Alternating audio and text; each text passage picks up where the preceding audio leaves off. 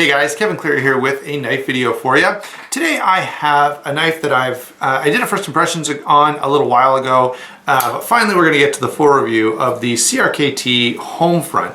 Now this knife is new for this year and it's got this cool takedown technology, but here's how I want to approach this. There are a couple of questions that I want to answer, but I'm going to try to deal with them separately, okay? So one of the questions is this takedown or field strip technology any good, or is it just a total novelty? And so I'm going to try to set that aside and just imagine that we're asking, is this knife any good? Okay, because the reality is I would never recommend anyone buy a knife just for this technology. So is the knife worth having and using, and is it a worthwhile EDC folder? Can it do the job that we want a knife to do? And then we'll switch over and take a look at that field strip technology. So that's how I'm going to approach this. And I've got to say that overall, just the styling and the size and the usefulness of this knife, I've actually been fairly impressed. So if this was just a knife review, which I'm going to treat it as, this will be a fairly favorable review. There are a couple little hits here and there, but overall, I think this is a pretty cool blade. If probably ought to cost less than it does. I feel like it's a great knife for 60 bucks or so. Right now it's on Blade HQ for 100. So I do feel like this is overpriced for what it is, but otherwise it's a pretty good knife. And I know there are some out there for 77 or 80, between 75 and $85 I've heard.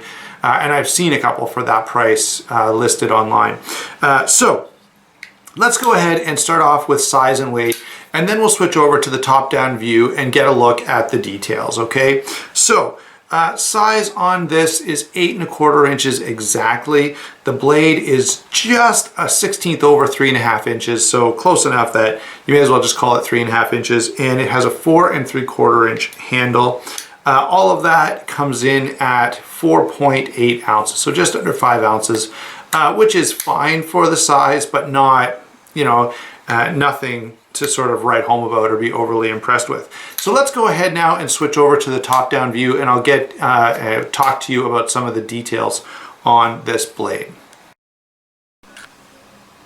Okay guys, here we are zoomed in on the CRKT Homefront here for a little closer look, and we're going to do the way we normally do, go through this beginning with the blade and kind of working our way down.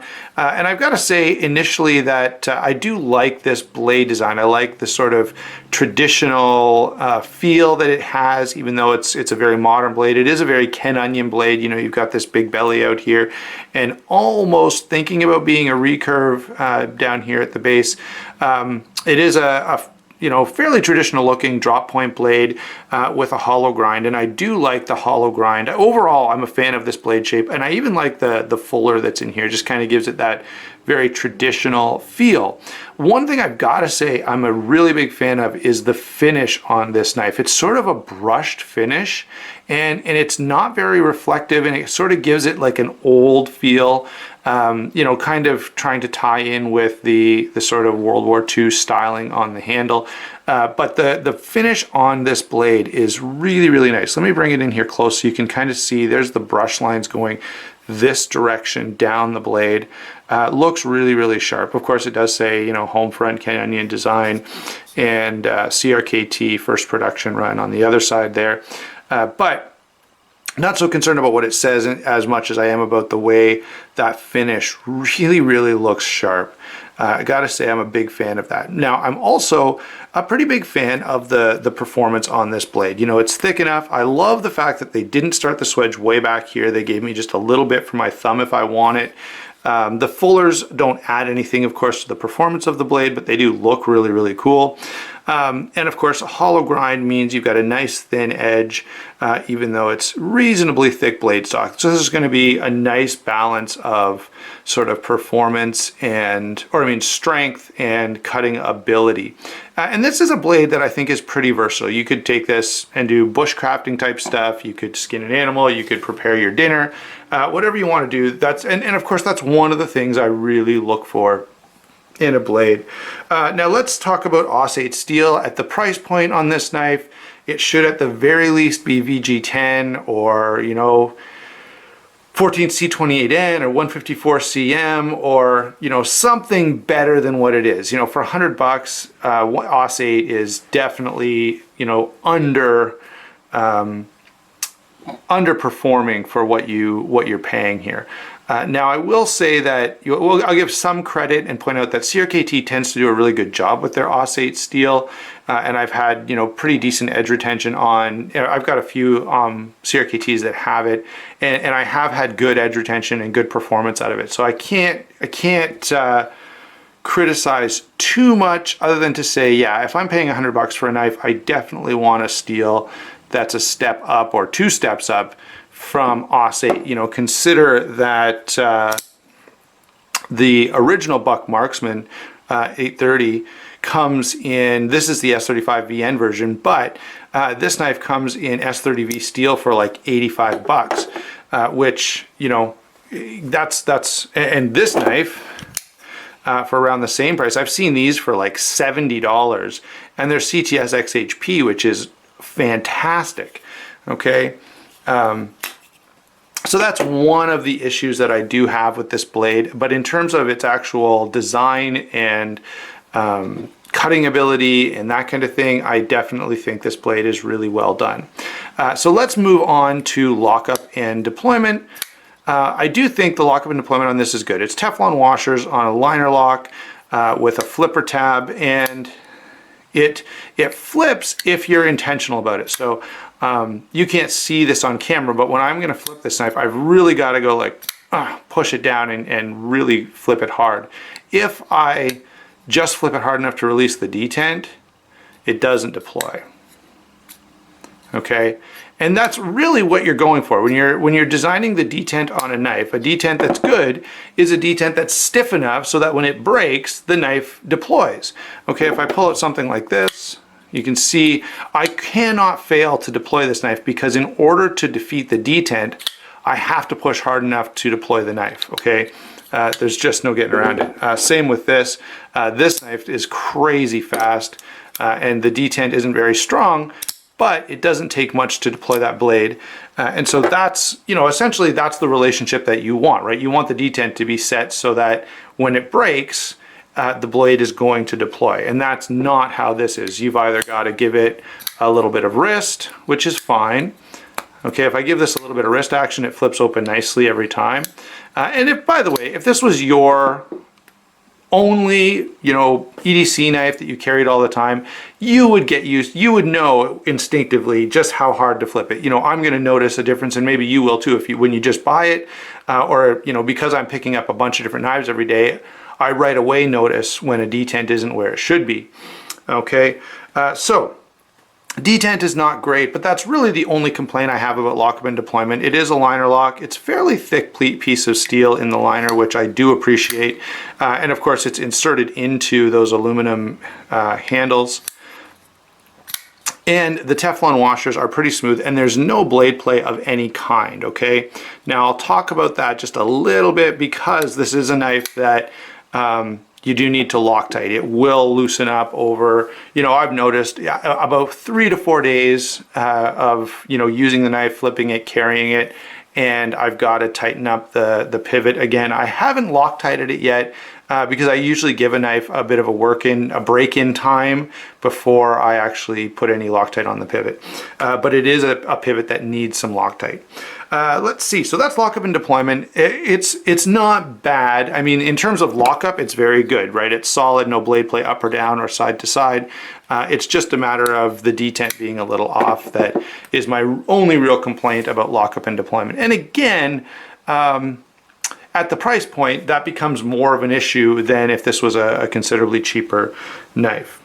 What about the handle on this? I think the handle, certainly aesthetically, from a design standpoint, is doing some different things. You've got this this patterned backspacer here in black, the same jimping here tied in. By the way, the jimping is not very sharp, but it does add some positivity to the grip. The patterning here on the handle is really just aesthetic. It's very, very smooth. So I would have liked to see that just have edges that were a little bit sharper, that would grab my hand just a little bit more. Then you sort of have this line going across, creating, I don't know, kind of a bolster look, but not really a bolster. I'm not sure how I feel about that. Generally, I'm not a bolster guy, but it doesn't, I don't know, overall this kind of works, okay? It doesn't really stand out as an issue to me. And then of course the star pivot on the show side and the Torx on the other. So you can adjust the pivot, and as I said, you do need to from time to time. The star as a decorative pivot is, I mean, it's fine. It definitely ties in with the sort of World War II kind of styling that this knife is definitely shooting for. So, you know, I do like the overall look of the handle, and it is very comfortable in hand. It's comfortable in every grip because of the way, you know, it's just a very, you know, sort of rectangular plain handle. And because of that, it doesn't matter how you grab a hold of it. All right, it's just going to work, okay? So ergonomics on it are absolutely acceptable, except that it, you know, with that little nitpick that it could be a little grippier. Certainly it's not a knife that stands out as being so slick that you're having issues with it. And I've used it quite a bit, and I really can't say that I've ever thought, oh man, I was about to drop it. But I would have liked just a little more tactile finish here on this. You know, you've got a pattern cut into that aluminum anyway, so why not make it just a little bit sharper? But otherwise, very, very good handle. Definitely no complaints at all. There is no lanyard option on this, so if you're a big lanyard guy, that's not really going to happen. And then finally, the pocket clip. You can see, you may have already drawn this conclusion if you've been watching. It is a single position pocket clip, but the single position that it's in is just the way I'd want it, which is right side carry, tip up. If you don't like that though, there's no alternative location for that pocket clip. Okay, so that's my take on the knife itself, and from that standpoint, I like the knife. I think it's got some different styling. I really like the blade shape. Functionally, there's no issues at all. There's no big problems that I would consider like a deal breaker for me, other than the price point.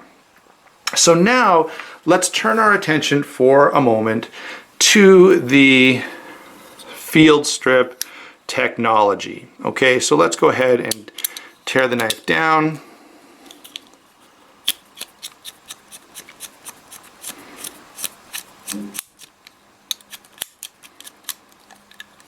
There we go. So you can see it comes apart fairly readily, and yeah, then you could clean it or do whatever. Although here's my thing about this. By the way, I had this concern, and I found that, you know, I did a bit of testing with this to see what would happen.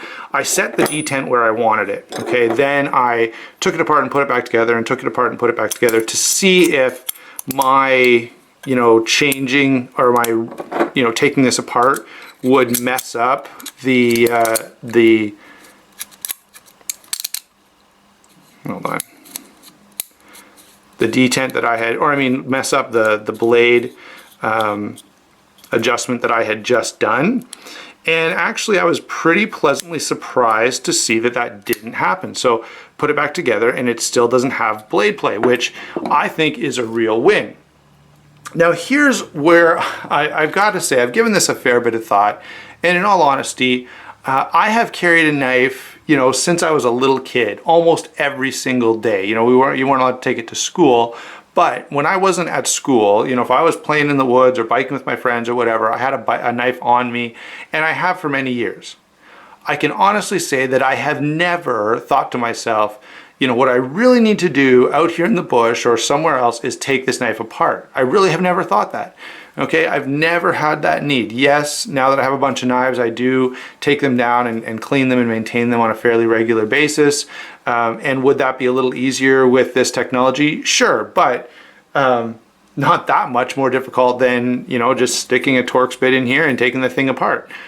So I feel like that part of the equation where they're saying, oh, that you could field strip this like you can a gun. I feel like that aspect of it is a solution to a problem that no one has. Okay, it's sort of like some of those infomercials you've seen where they say, have you ever had this problem? You know, you want to put a blanket with your arms through it, or you can't undo your hose. You have hose tangled up all over the yard, or extension cords, or whatever, and you kind of watch it and go, no, that's never happened to me. Like, that never happens to anyone. That is kind of how I feel about the field strip technology. However, there is another side to this story, and that is the ability to take this blade out and change it is really cool. And I kind of wonder if that's not initially where this idea came from. You know, those halogen knives that are really popular, you can pop the old blade out and get rid of it, put a new blade in. You may not want to, this blade is going to be a little more costly than you want to be replacing all the time. However, you could, in this handle, you could fit a tanto shaped blade, you could fit a spear point. And so if you offered, other blades for this, that would be a really cool option that you could then switch this out with a tanto, or a full flat ground drop point, or variations on whatever you've got here. And in other designs, the sky's the limit. If you had different handle styles, different handle shapes, you could do a lot with that. Okay, so let me do one last thing at the end, and I know we're getting late here, but I think there are some comparable knives that we need to think about, especially at this price point. So there's a Rat 1 in D2 steel. There's a cold steel code 4. Here is a cold steel American Lawman. Here is a Buck Marksman. All right, and all of these knives, none of them are way outside the price point on this, but I would suggest in any one of these that I've listed, you're getting better steel, you're getting as strong as or stronger construction, you're getting better materials, and a lot of these knives are, around that $100 price point, or some of them are quite a bit under that $100 price point. So my biggest issue with this knife is not so much the functionality of it, and even that, even the field strip technology. I wouldn't buy the knife for the field strip technology, but I wouldn't not buy it because it has it either. Okay, the biggest barrier to buying this knife, I think, is just the cost. So there you go, guys. That's my take on the CRKT Homefront. Definitely not in any way a bad knife, and certainly I wouldn't dissuade anyone. If someone said, hey, I really like it, I really think it's cool, and I want to buy one, I wouldn't say, oh, no, avoid it, it's a piece of junk. It's not. It's a really good knife. A little high priced for what you're getting, but I do like the design. I like the styling on it. So there you go. We'll talk to you soon.